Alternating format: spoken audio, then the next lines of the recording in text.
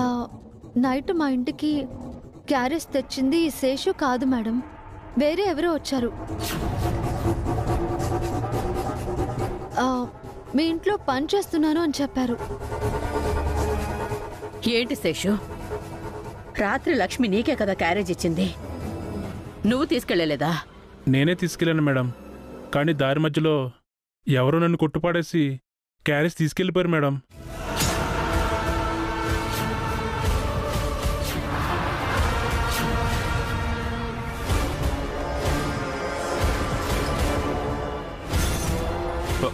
ఏమిటి శేషు, ఎవరు కొట్టారు నిన్ను? చీకట్లో సరిగ్గా చూడలేదు సార్. మరి వెంటనే నాకే విషయం చెప్పాలి కదా. స్పృహ తప్పి పడిపోయాను మేడం.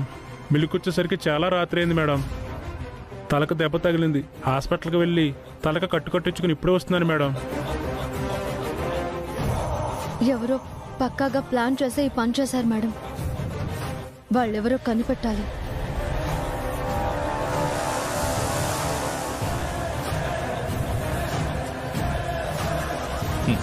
నన్ను కనిపెట్టడం మీ తరం కాదు. నిన్న ఇంకో ఇన్సిడెంట్ కూడా జరిగింది మేడం. వసు గారు పెట్టుకునే మల్లెపూలల్లో ఎవరో పాయిజన్ స్ప్రే చేశారు.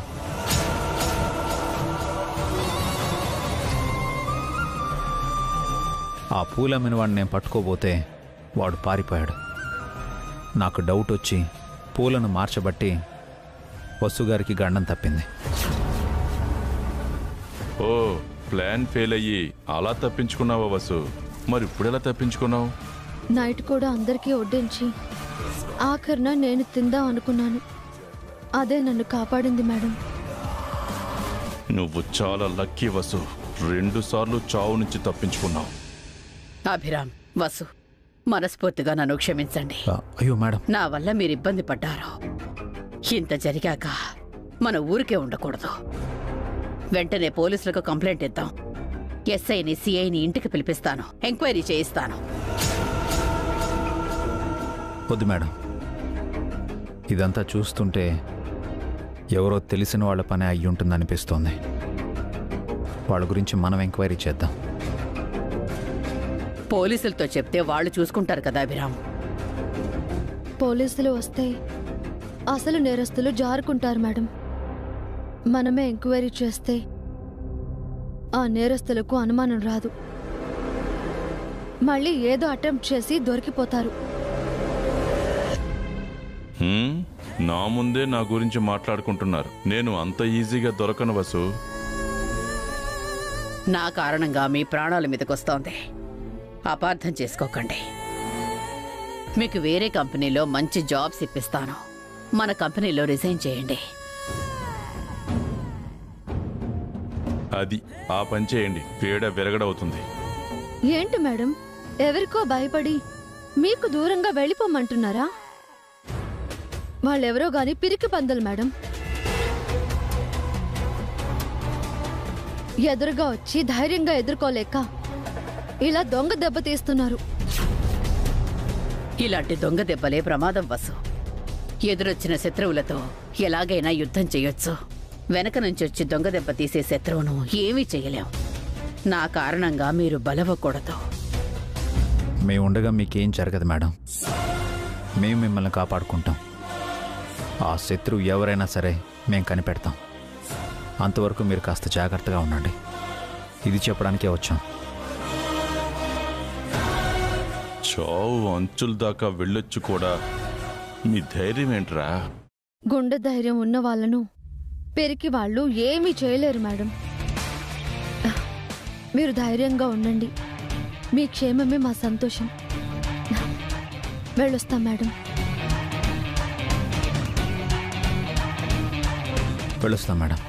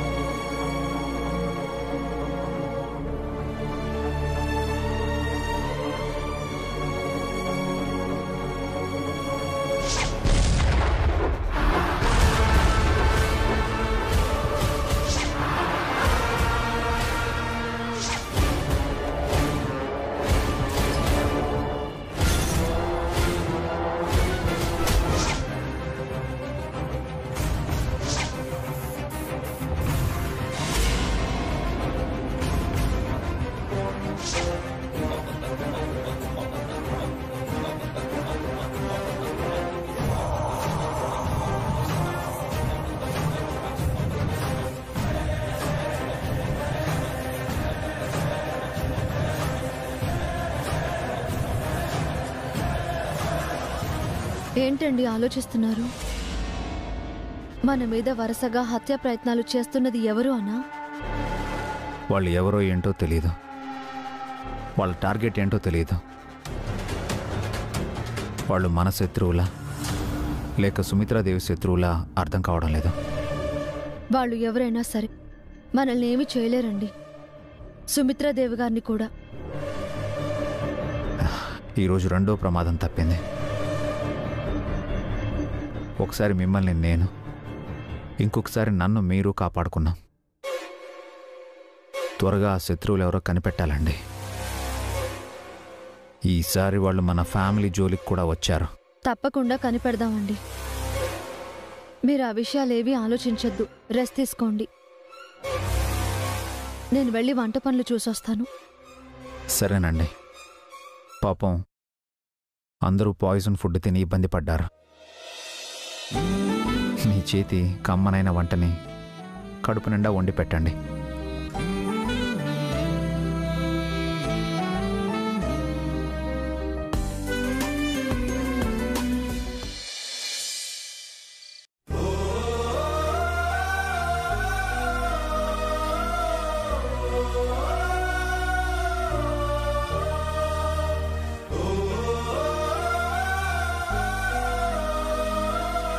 హలో సార్, మీ పిల్లలు చదివే స్కూల్లో ఆఫీస్ ఇన్ఛార్జిని మాట్లాడుతున్నాను.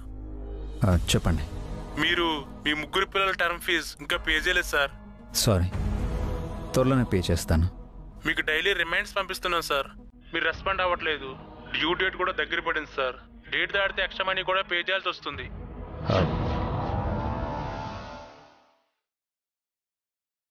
ముగ్గురికి ఎంత కట్టాలండి? టర్మ్ ఫీజు అయితే 30,000 పే చేయాలి సార్. ఓకే, నేను 2 డేస్లో కట్టేస్తాను. Thank you sir. మీ మొబైల్కి ఫీజు డీటెయిల్స్ సెండ్ చేస్తాను, చూడండి. అలాగే అండి, థ్యాంక్ యూ.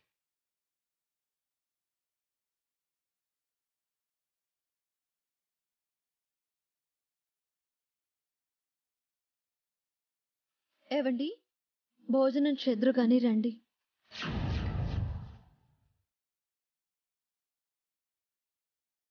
ఏవండి, ఏంటి వసు గారు? ఏం ఆలోచిస్తున్నారు?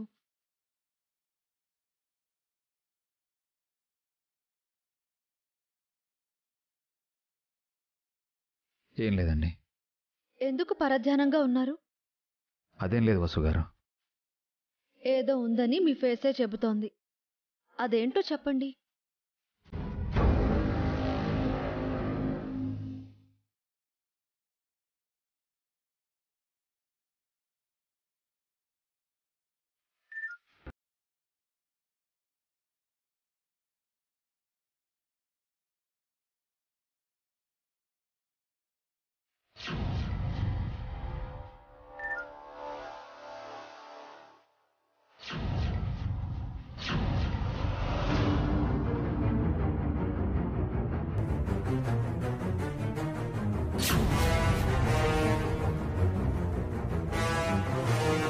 పిల్లల ఫీజు కట్టమని స్కూల్ నుంచి రిమైండర్ వచ్చింది.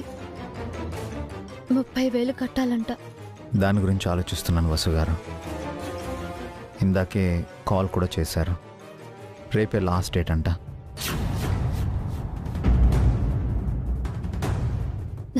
రేపు కట్టేద్దామండి. ఆఫీస్లో అడ్వాన్స్ తీసుకుంటాను. ఆల్రెడీ అడ్వాన్స్ తీసుకొని నా రింగుని తాకట్టు నుంచి విడిపించారు కదండి, మళ్ళీ ఎలా అడుగుతారు? అవును కదా. ఇప్పుడు ఎలా అండి? రేపట్లోగా 30,000 ఎక్కడి నుంచి తీసుకొస్తాం? ఫీజు కట్టకపోతే పిల్లల్ని స్కూల్కి రానివ్వరు. మీరేం వరి అవ్వకండి, నేను ఏదో ఒకటి చేస్తాను. ఏం చేస్తారండి?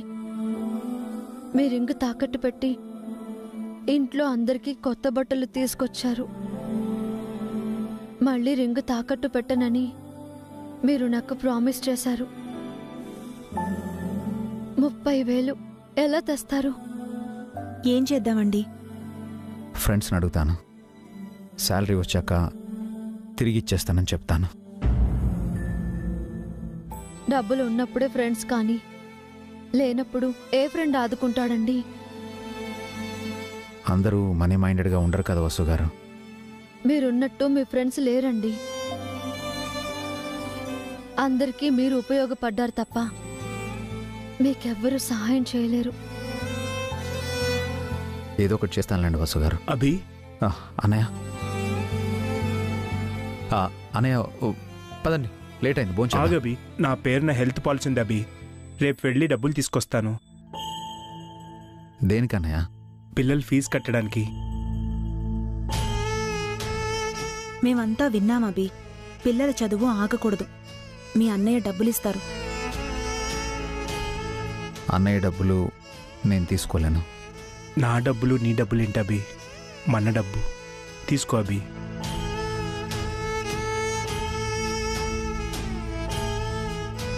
మెచ్యూర్డ్ అవ్వకుండా మధ్యలో పాలసీ డబ్బులు తీసుకుంటే చాలా పర్సంటేజ్ లాస్ వస్తుందనే. గడువు దాటాక మనీ తీసుకుంటే మనకి పనికి వస్తాయి.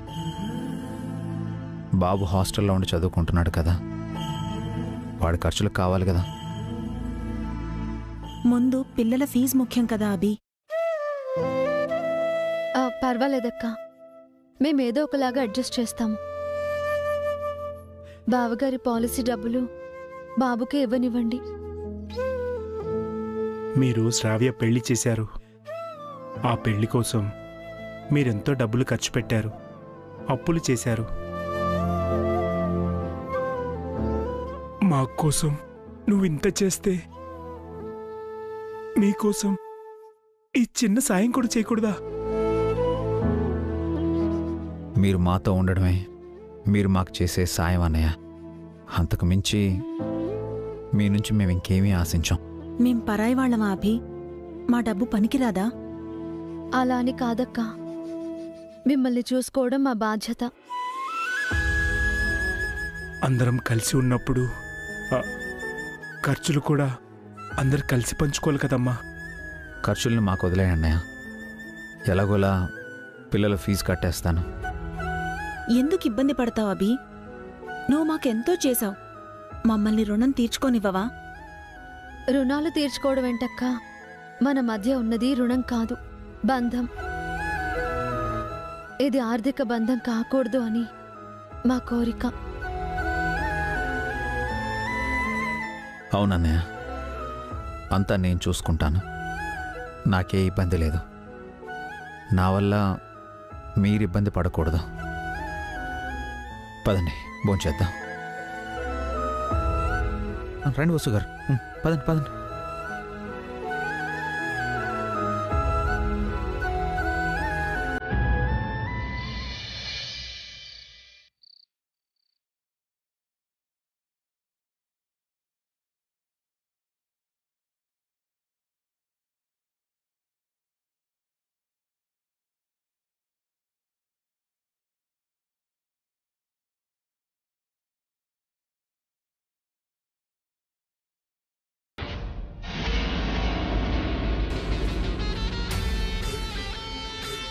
హారిక,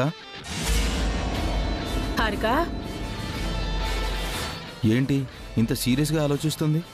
దేని గురించి? వేరే ఏ ఉంటుందిరా, ఉద్యోగంలో చేరింది కదా, బాగా పనిచేసి ప్రమోషన్ ఎలా కొట్టేయాలా అని ఆలోచిస్తూ ఉంటుంది. దీనికి సరిగ్గా పని చేయడమే రాదు, ఇంకా ప్రమోషన్ కూడానా? అయితే దీన్నే అడుగుతాం, దేని గురించి ఆలోచిస్తోందో. ఒసే హారిక,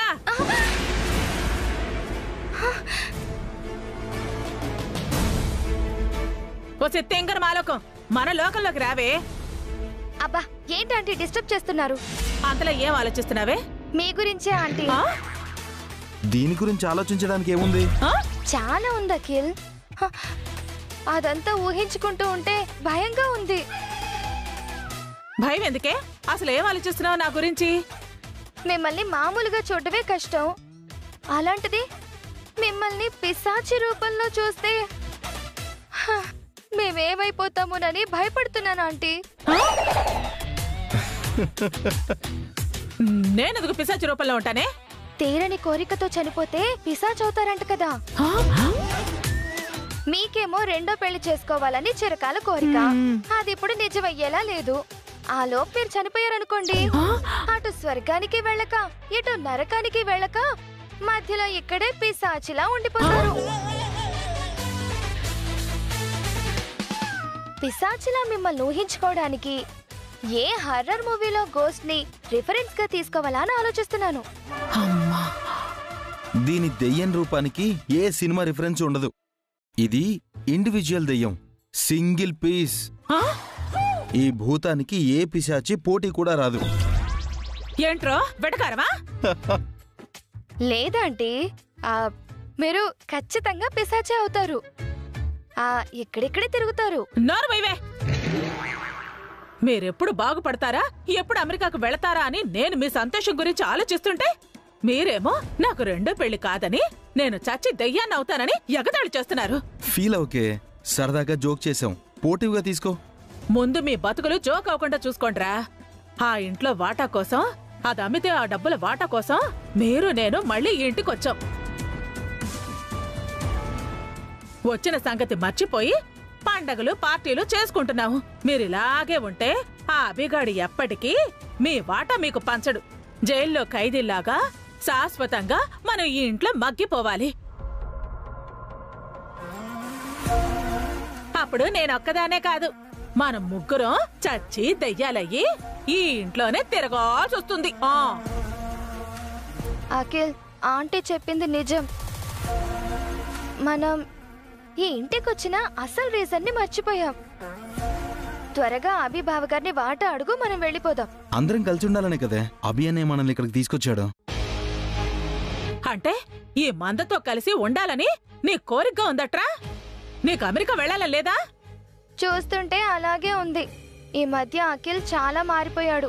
అదేం లేదు, ఈ ఇంటి పరిస్థితి రోజు చూస్తూనే ఉన్నాం కదా. చూస్తూ చూస్తూ ఆస్తిలో వాటా ఇలా అడిగేది. నోటితోరా ఇంకెలా అడుగుతా? అడగందే అమ్మాయినా అన్నం పెడదంటారు. త్వరగా వెళ్ళి అడుగు.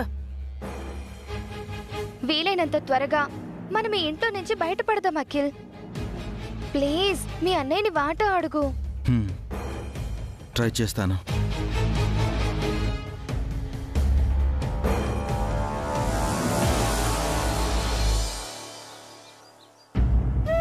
ఆయన పొద్దుననగా డబ్బు కోసం వెళ్లారు, ఇంకా రాలేదు. అప్పు పుట్టకపోతే పిల్లల స్కూల్ ఫీజు ఎలా కట్టాలి? ఫీజు కట్టకపోతే పిల్లలను స్కూల్కి రానివ్వరు. ఆల్రెడీ మేడం గారి దగ్గర శాలరీ అడ్వాన్స్ తీసుకున్నాను, మళ్ళీ అడగలేను. ఇప్పుడు ఏం చేయాలి?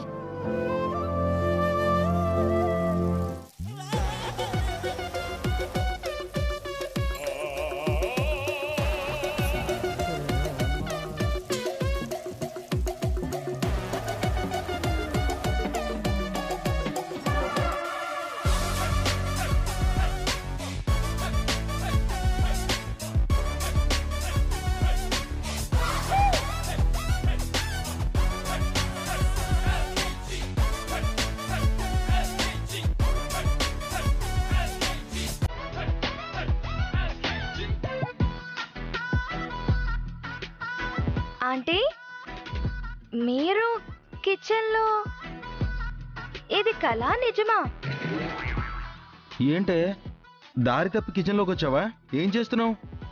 వంట చేస్తున్నాను రా, ములక్కడ కూర చేస్తున్నాను. మీరు వంట చేస్తున్నారా పిన్ని? ఏ, నాకు వంట చేయడం రాదా? నేను వంట చేయకూడదా? మీకెందుకు శ్రమ, నేను చేస్తాను కదా పిన్ని. ఇది స్పెషల్ కర్రీలేమ్మా, నేనే చెయ్యాలి. స్పెషల్ కర్రీనా? ఎవరికాంటీ? నా రాజాకి, నా కాబోయే పతికి, నా చలపతికి, నా వెంకట చలపతికి నా చేతులతో ఈ ములక్కడ కర్రీ చేసి నా చేతులతో తినిపిస్తాను. నిన్ననే చేయి కలిసింది. ఈ ములక్కడ కూరతో మనసు కలవపోతున్నాయి. ఏంటే ఏదో ఊహల్లో తేలిపోతున్నావు? ఆ కర్రీ ఎవరికి? ఎవరికేంటి? నాకే. మీ ఒక్కదానికే చేసుకుంటున్నారా?